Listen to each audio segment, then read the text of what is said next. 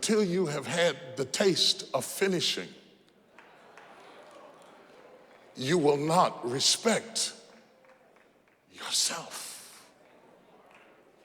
Until you follow through, until something is done, come hell or high water, tears and struggles and pain, and you go through it anyway, and you show up and you continue to fight on no matter the circumstances. After a while, something begins to wither inside of you. Love beareth. This is the potter's touch. Greetings, Christian brothers and sisters. What a joy, what a delight it is to share the word of the Lord with you. Our series, Rise Above, is changing lives, and I think you're going to be blessed as you rise above the things that are holding you back. God has so many things for you, and yet there are times, and I have to confess, even in my own life, there's been times that I want to throw up my hand and walk away from everything. Say, it's all going crazy. It's too much for me. Listen, the message today is to defy the urge to quit. We all have them. We don't talk about them, but we have moments where we feel like, ugh, take me away. I'm sick of it. But you have to fight that urge to quit, because I always say you'll win if you don't quit. Take a look at this. It'll bless your life. Until you have had the taste of finishing, you will not respect yourself. Until you follow through, until something is done, come hell or high water, tears and struggles and pain, and you go through it anyway, and you show up and you continue to fight on no matter the circumstances.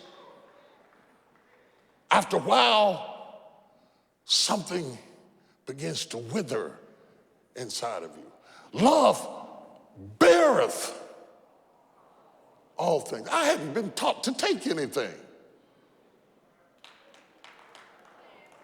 I was the baby of my family. My brother and sister weren't raised like this, but I was. They did a hard time in prison camp. They were shocked when my mother came in my room and said, baby, what you want? I had not been nurtured to bear anything, to take anything. And being a man was hard work, because I didn't have anybody to show me. And it's hard to be what you cannot see.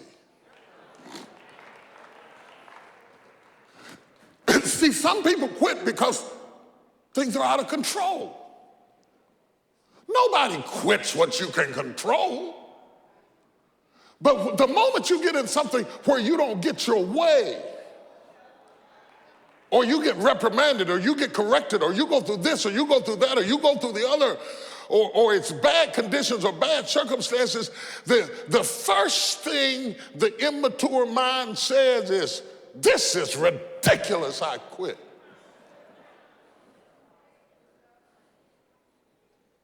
And it's a hard thing. See, when you come to church, we're always talking about sins of the flesh. Not being a whoremonger and coming out of adultery and stop lying. We give those things so much stage that being a weakling in the spirit can go undetected. If you aren't doing drive-by shootings and muggings, you can pass for a Christian and you really get it done. As long as you don't do anything horrific. I mean, if you didn't climb down a pole to come to church this morning, you can pass for a mother in Zion. And the truth of the matter, nobody will know that you can be well as it relates to visible sins.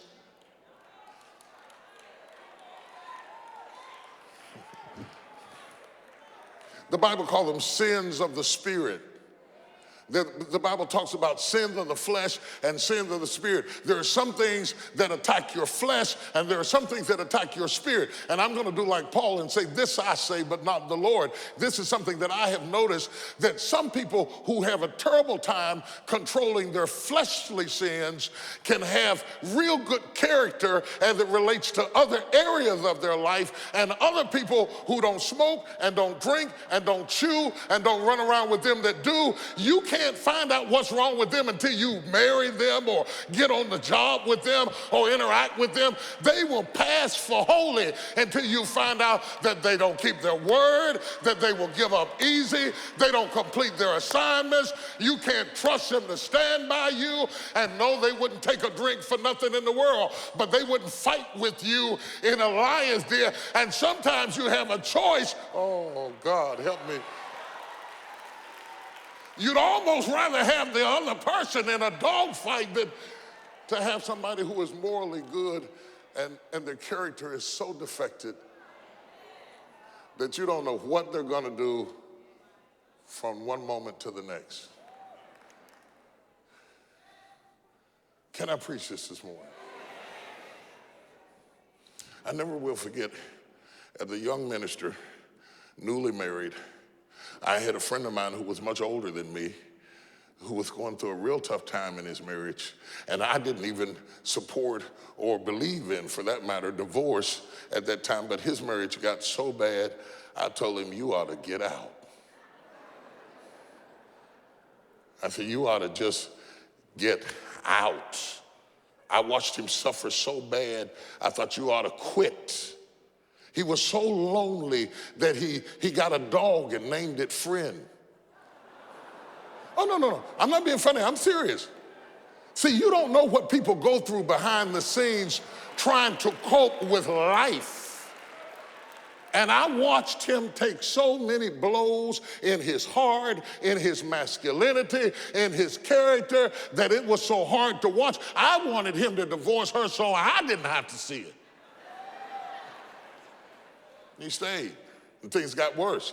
And then it got better, and then it got worse. And then sickness came in, and then it got really bad.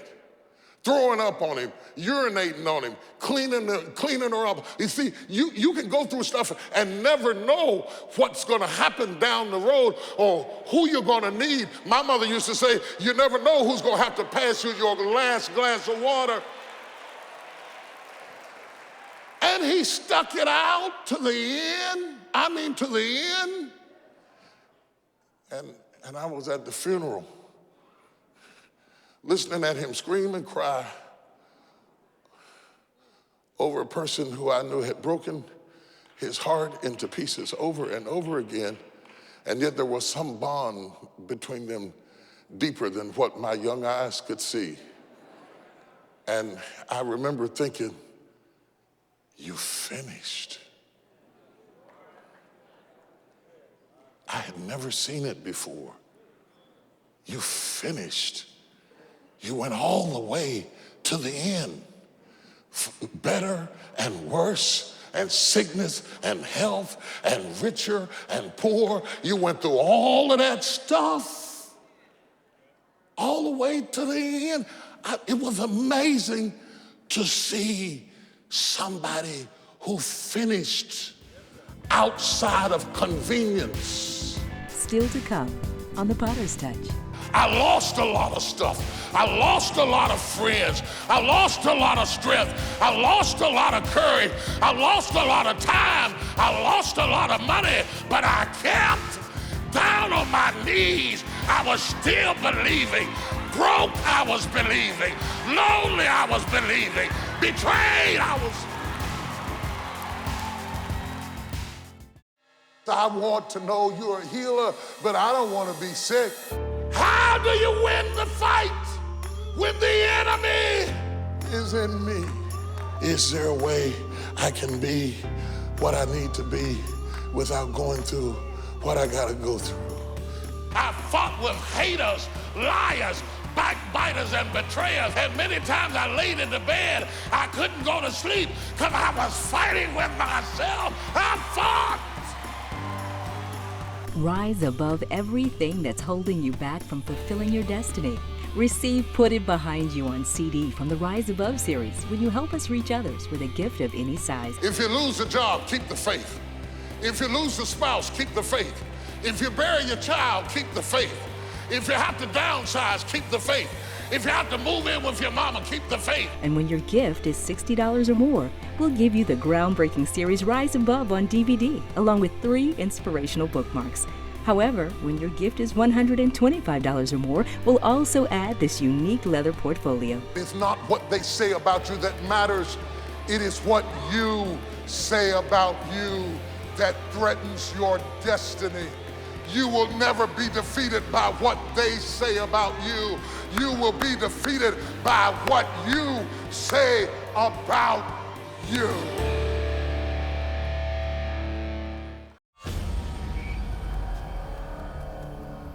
I want to talk to women who are called to go into the next dimension. This is the life-changing event of the year.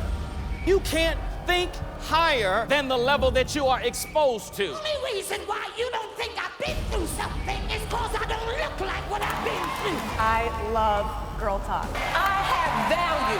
I was put here for a purpose. No matter where you are, what you've been through, where you come from, you can do it. These are happening, lives are changing. The lineup is incredible. Being able to cut the cord of things that you've had in your past. No way you can go home the same after this. No way. You are coming into the next dimension any way you can. Make some noise if you're here. Register today for Woman Thou Art Loose 2014. Call 1-800-BISHOP-2. Paul writes to Timothy and says, I fought a good fight. Letting him know, being me is not easy. It's not for the faint of heart. It's not in my suits. You can get suits like me, but they won't make you stand like me. I fought a good fight, baby. I fought one hell of a fight. Are there any fighters in here? Slap somebody and tell them I fought a good fight. I fought my way up. I fought to get to work. I fought to get up on my feet. I fought to stand. I fought to carry on. I fought to love. I fought to live. I fought to get out the bed. I fought with my fears, my doubts, my anxieties, my insecurities. I fought with haters, liars, backbiters, and betrayers. I even had to fight with family. And many times I laid in the bed, I couldn't go to sleep because I was fighting with myself. I fought.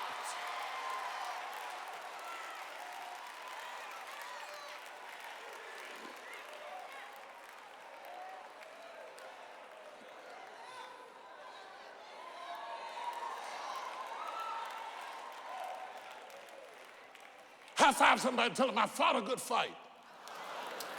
I mean, I fought such a good fight that when I look at what other people call a fight, what they call a fight is what I call normal. My whole perception of what a fight is has been revolutionized. That's not a fight.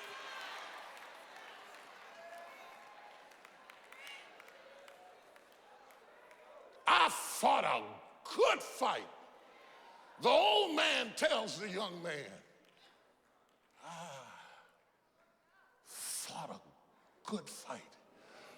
You might not have seen it. You saw the glamour. You saw the healings. Be healed, be healed, be healed. But let me show you what you didn't see. I fought to do that. I fought a good fight. I kept the faith. I kept it. I lost a lot of stuff. I lost a lot of friends. I lost a lot of strength. I lost a lot of courage. I lost a lot of time. I lost a lot of money, but I kept down on my knees. I was still believing. Broke, I was believing. Lonely, I was believing. Betrayed, I was.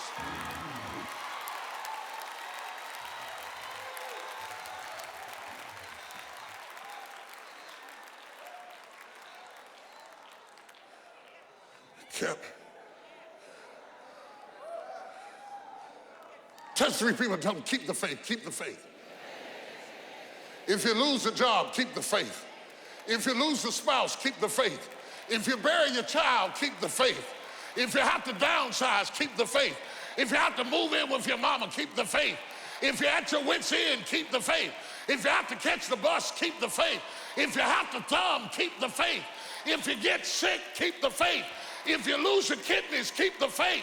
If you got heart trouble, keep the faith. You might not get a new heart, but you got to keep your faith.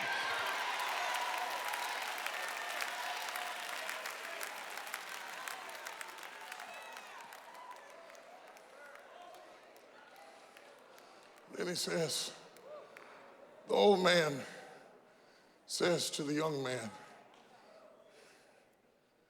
I finished my course. I am concerned because we are living in a world that has become comfortable with going to school and getting an incomplete.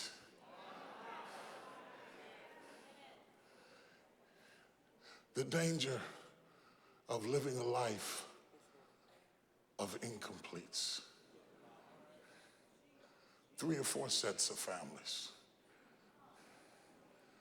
3 or 4 sets of kids. Nobody can count on you to stay.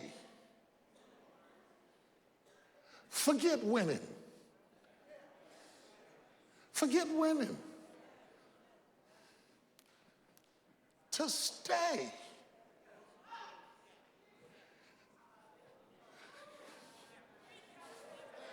You don't have to be a superhero. Nobody can count on you to stay, to stick it out, to endure. Nobody can count on you past happy.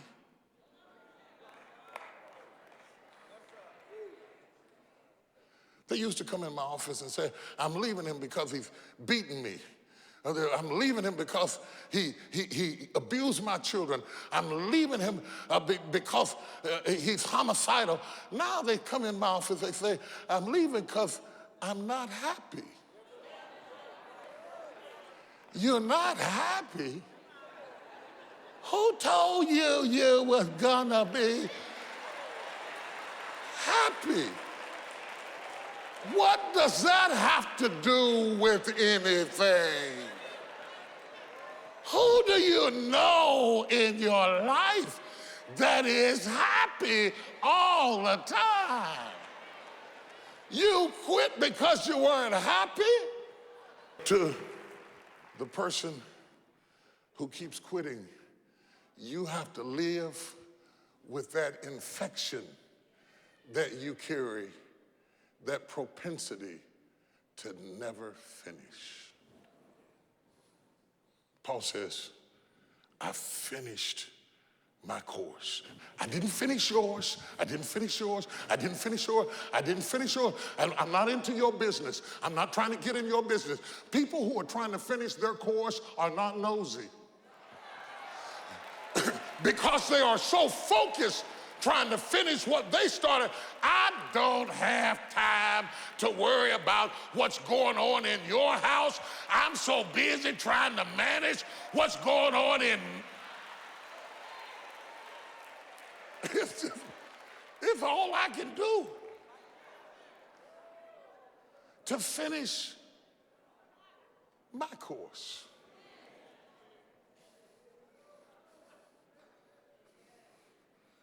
Somebody in this room, you've quit so many things.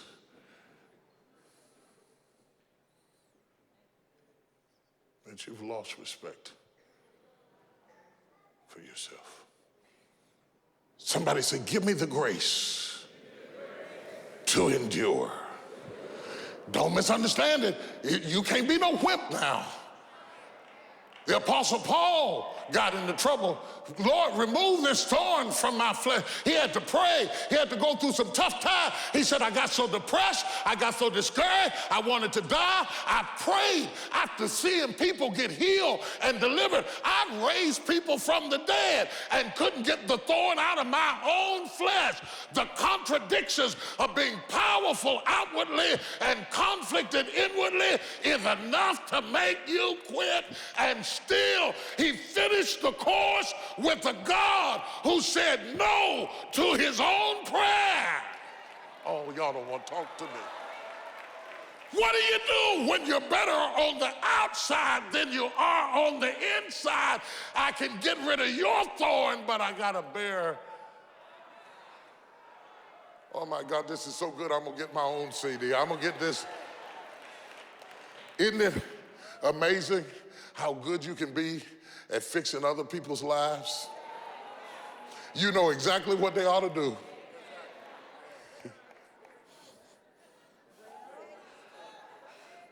Even Jesus struggled with finishing.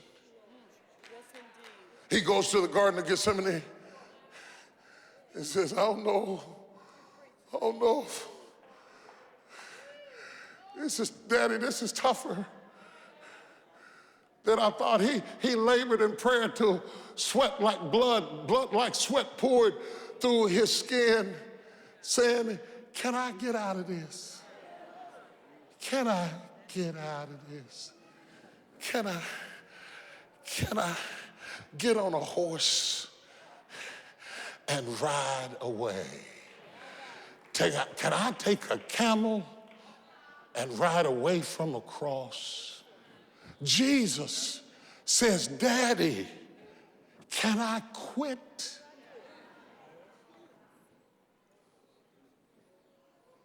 I've never seen the Potter's house so quiet.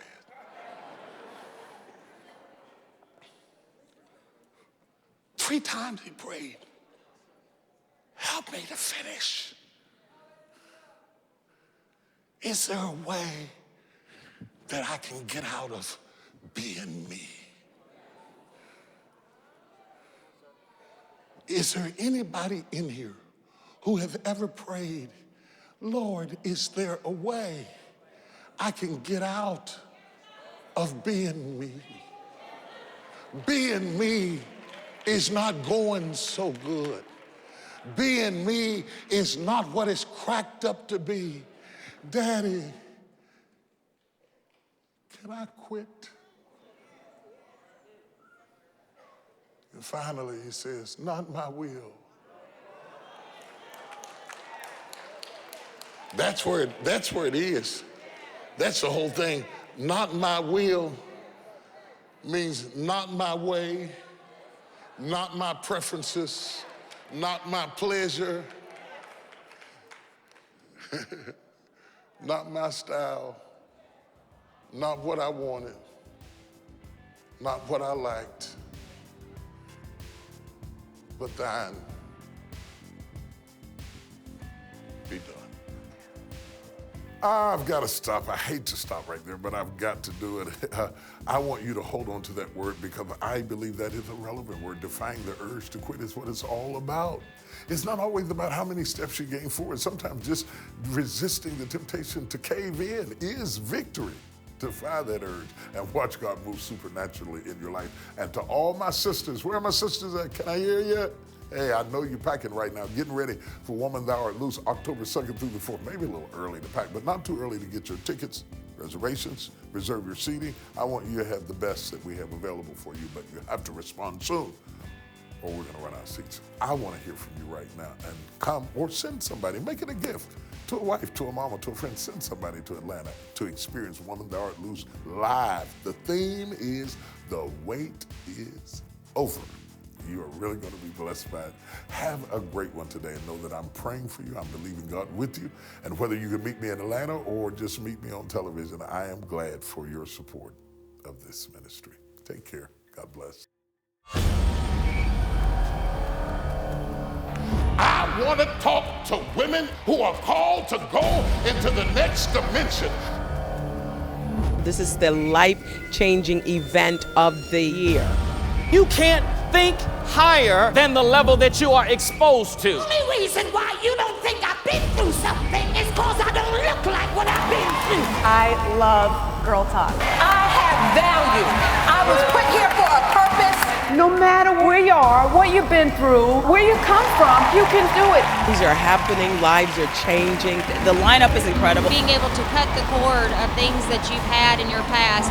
No way you can go home the same after this. No way. You are coming into the next dimension any way you can. Make some noise if you're here. Register today for Woman Thou Art Loose 2014. Call 1-800-BISHOP-2. I want to know you're a healer, but I don't want to be sick. How do you win the fight when the enemy is in me? Is there a way I can be what I need to be without going through what I gotta go through?